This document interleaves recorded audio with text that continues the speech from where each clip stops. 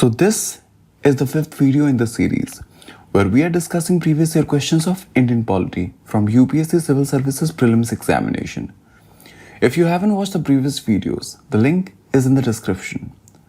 Looking at the questions gives us an understanding of the kind of questions that are asked, the depth with which we need to cover a topic, and most importantly, how to approach the answer. So far we have discussed year 2016, year 2017 in two parts, and year 2018. In this, we shall see year 2019. In case if you want to attempt a question yourself, then please pause the video before the concerned explanation starts, and in that case, do not forget to share your score in the comment box. Alright, let's get started with the first question. Which one of the following suggested that the governor should be an eminent person from outside the state and should be a detached figure without intense political links, or should not have taken part in politics in the recent past? Option A, First Administrative Reforms Commission. Option B, Rajamannar Committee. Option C, Sarkaria Commission. Option D, National Commission to review the working of the Constitution. And the correct option is option C, Sarkaria Commission. As it was the Sarkaria Commission which among its many suggestions also suggested that governor should be an eminent person from outside the state with not too active participation in politics in recent past. Next question. In India, which of the following review independent regulators in sectors like telecommunications, insurance, electricity, etc.? 1. Ad hoc committee set up by the Parliament. 2. Parliamentary Department Related Standing Committee. 3. Finance Commission. 4. Financial Sector Legislative Reforms Commission. 5. Niti Aayog. Select the correct answer using the code given below. Option A 1 and 2. Option B 1, 3 and 4. Option C 3, 4 and 5. Option D 2 and 5. And the correct option is option A 1 and 2. Multi-statement questions with more than 3 statements are better solved with elimination method. Statement 3 and 5 are incorrect, as both Niti Aayog and Finance Commission are recommendatory bodies with advisory recommendations. Niti Aayog is a think tank and policy advisor for the government, and the Finance Commission under Article 280 makes recommendations defining financial relations between centre and state. Now with that, we eliminate option B, C and D, which either contain statement 3 or 5 or both, to arrive at option A with statement 1 and 2 as the correct option. Next question. With reference to the Constitution of India, prohibition or limitations or provisions contained in ordinary laws cannot act as prohibitions or limitations on the constitutional powers under Article 142. It could mean which one of the following? Option A, the decisions taken by Election Commission of India while discharging its duties cannot be challenged in any court of law. Option B, the Supreme Court of India is not constrained in the exercise of its powers by laws made by the Parliament. Option C, in the event of grave financial crisis in the country, the President of India can declare financial emergency without the counsel from the Cabinet. Option D, state legislatures cannot make laws on certain matters without the concurrence of Union legislature. And the correct option is option B, the Supreme Court of India is not constrained in the exercise of its powers by the laws made by the Parliament. This is not as technical as it seems. The question just expected us to know that Articles 124 to 147 deal with Supreme Court, and thereby deduce that Article 142, being an article between them, must be dealing with Supreme Court, and hence arrive at option B.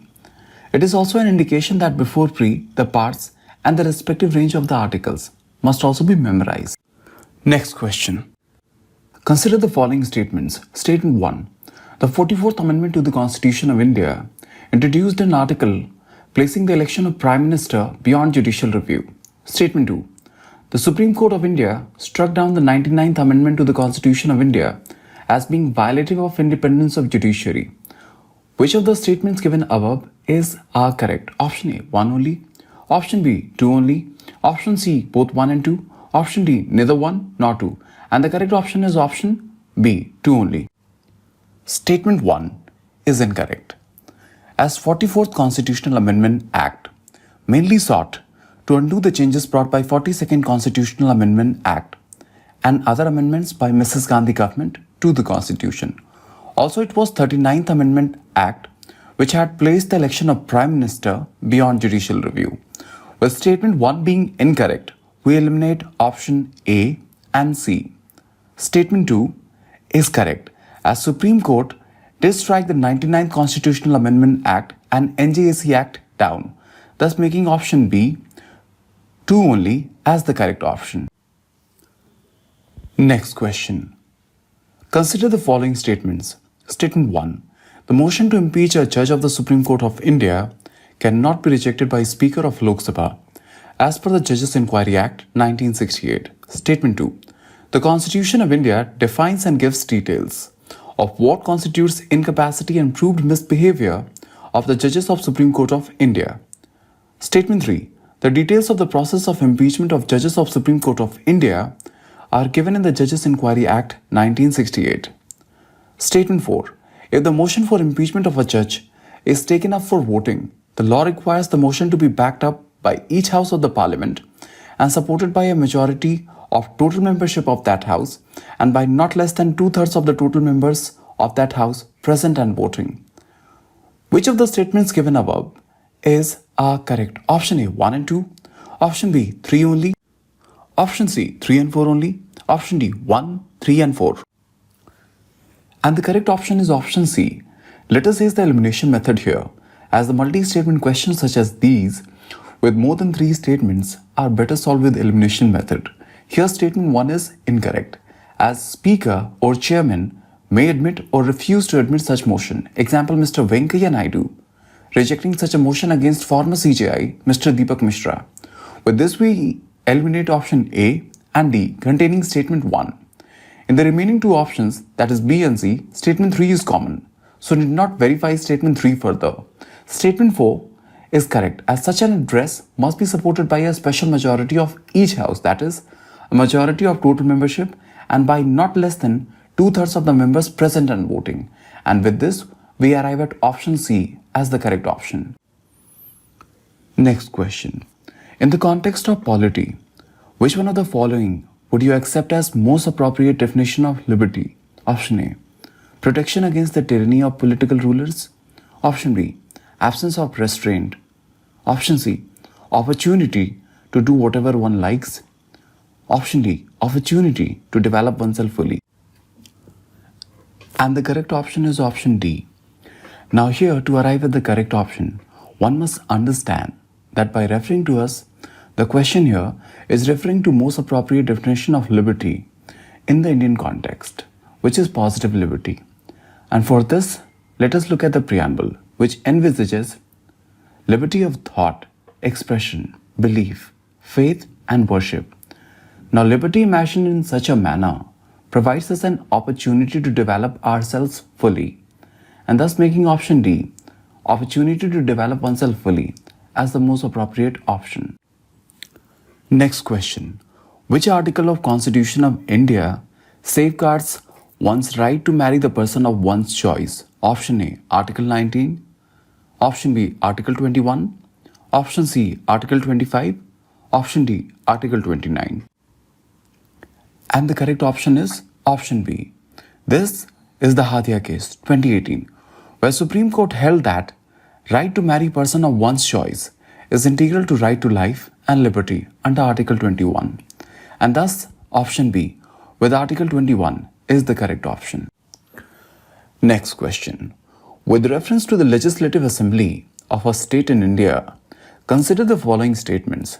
Statement 1. The Governor makes a customary address to the members of the House at the commencement of the first session of the year. Statement 2. When a state legislature does not have a rule on a particular matter, it follows the Lok Sabha rule on that matter. Which of the statements given above is correct? Option A, 1 only. Option B, 2 only. Option C, both 1 and 2. Option D, neither 1 nor 2. And the correct option is option A, in my opinion, which is different from UPSC official key, with which option C is the correct option. Statement 1 is correct as the governor addresses the state legislature at the commencement of first session after each election and the first session of each year. With statement 1 being correct, option B and D are eliminated. Now addressing the elephant in the room, which is statement 2. Under Article 208 Clause 1, the state can make its own laws subject to the Constitution. But under Clause 2 of the same article, if such a law is not available, then the state can follow pre-constitutional laws with apt modifications and adaptations, and this does not mandate that the state shall follow the rules made by Lok Sabha in that regard, thereby making statement 2 incorrect in my opinion. And with this, option A, 1 only, is the correct option. Next question. The 9th schedule was introduced in the Constitution of India during the Prime Ministership of option A, Jawaharlal Nehru, option B, Lal Bahadur Shastri, option C, Indira Gandhi, option D, Morarji Desai. And the correct option is option A. This though is a factual question but is a genuine reminder that before the 12 schedules and the associated subject matter must be memorized. Coming back to the question. Constitution originally had 8 schedules and the 9th schedule was added in 1951 along with Article 31B to reduce the scope of judicial review, and now being brought into existence in 1951, it is obvious to have been under the Prime Ministership of Pandit Nehru, which is option A. Next question. Consider the following statements. Statement 1. The Parliament Prevention of Disqualification Act 1959 exempts several posts from disqualification on the grounds of office of profit. Statement 2. The above mentioned act was amended 5 times. Statement 3. The term office of profit is well defined in the Constitution of India. Which of the statements given above are correct? Option A, 1 and 2 only. Option B, 3 only. Option C, 2 and 3 only. Option D, 1, 2 and 3.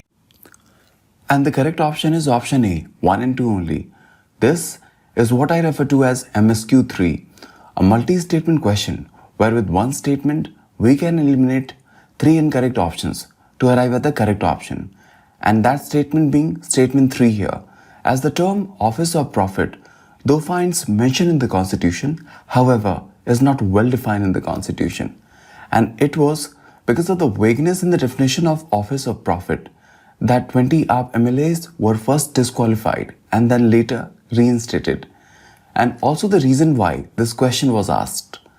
Now with the statement 3 being incorrect, we eliminate option B, C and D containing statement 3 to arrive at A as the correct option. Next question. Under which schedule of the Constitution of India can the transfer of tribal land to private parties for mining be declared null and void? Option A, 3rd schedule. Option B, 5th schedule. Option C, 9th schedule. Option D, 12th schedule. And the correct option is option B, 5th schedule. This is the second reminder from Prelims 2019 that the schedules and their subject matters must be memorized before pre. Coming back, there are only 2 schedules dealing with the tribes, 5th and 6th, whereas 5th schedule deals with the provisions related to the administration and control of scheduled areas and scheduled tribes. The 6th also deals with the same, but only in the 4 northeastern states of Assam, Meghalaya, Tripura and Mizoram. This is more simple, as out of the 2, only 5th schedule is present here, thus making option B with 5th schedule as the correct option. Alright, that's been it for Polity previous year questions from pre-2019. Do let me know your score and thoughts in the comment section below. Thanks a lot for watching and I'll see you guys in the next one.